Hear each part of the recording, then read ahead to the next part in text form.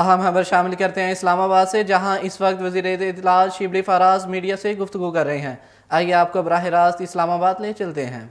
کرتے ہیں تو اس کا بیک گراؤنڈ کیا ہے، یہ کہانی شروع کہاں سے ہوئی؟ جب الیکشنز کے بعد پاکستان تحریک انصاف کی حکومت آئی تو انہوں نے اس بات کو یقینی بنا دیا تھا کہ ہم ایسی بارودی سرنگیں چھوڑ جائیں جس سے کہ قدم قدم پہ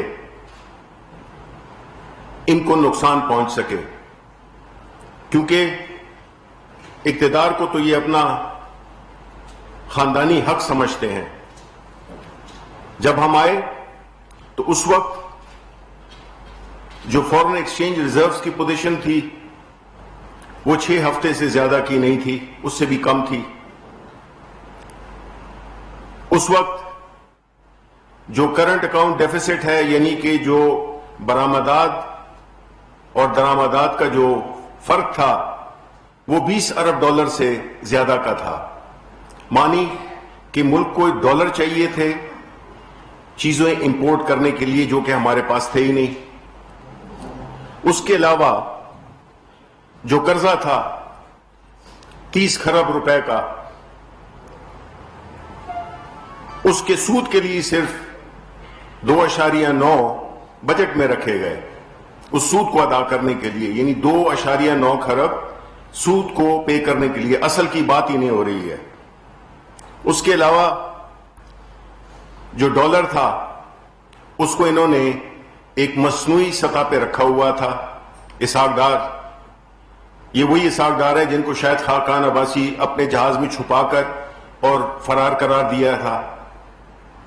یہ وہی اسحاق ڈار ہیں جنہوں نے ڈالر کو ایک مصنوعی سطح پہ رکھنے کے لیے $23 ارب اسٹیٹ بینک کے خرچ کیے، اور $23 ارب یہ جب آپ کرنسی کو مصنوعی طور پہ رکھنا چاہتے ہیں تو ہوتا کیا ہے کہ جب بھی آپ اس کو وہ کرتے ہیں تو اسٹیٹ بینک ڈالر دیتا ہے مارکیٹ میں کہ اس کا ریٹ، یعنی اس کی سپلائی کو وہ بناتا ہے، اویلیبل کرتا ہے۔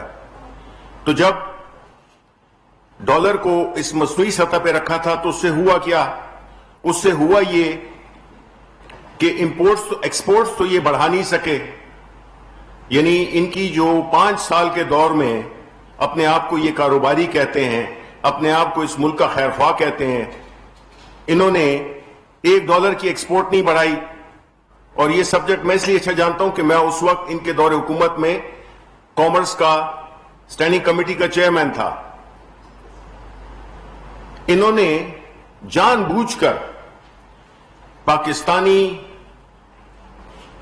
پروڈکٹس کی امپورٹ، جبکہ وہ مہنگی، جب ڈالر کا ریٹ مہنگا ہوتا ہے تو ظاہر ہے آپ کا جو بیرون ملک میں آپ کمپیٹ کر نہیں سکتے ہیں اور آپ کی ایکسپورٹس نہیں بڑھتی ہیں۔ اور امپورٹس کا فائدہ کیا ہوتا ہے کہ جو چیز آپ باہر سے منگواتے ہیں وہ آپ کو سستی پڑتی ہے بنسبت اس کے کہ آپ اس کو یہیں پہ پروڈیوس کریں۔ اس کا نتیجہ کیا؟ اس کا نتیجہ یہ کہ ہم جو بھی چیز یہاں پہ نہیں بناتے تھے اس کے لیے کوئی سازگار ماحول ہی نہیں تھا۔ ڈی انڈسٹریلائزیشن ہوئی، یعنی کہ اس ملک میں صنعتیں بننی ختم ہو گئیں، لوگوں نے اور جگہوں پہ اپنی انڈسٹری شفٹ کر دی ملک سے۔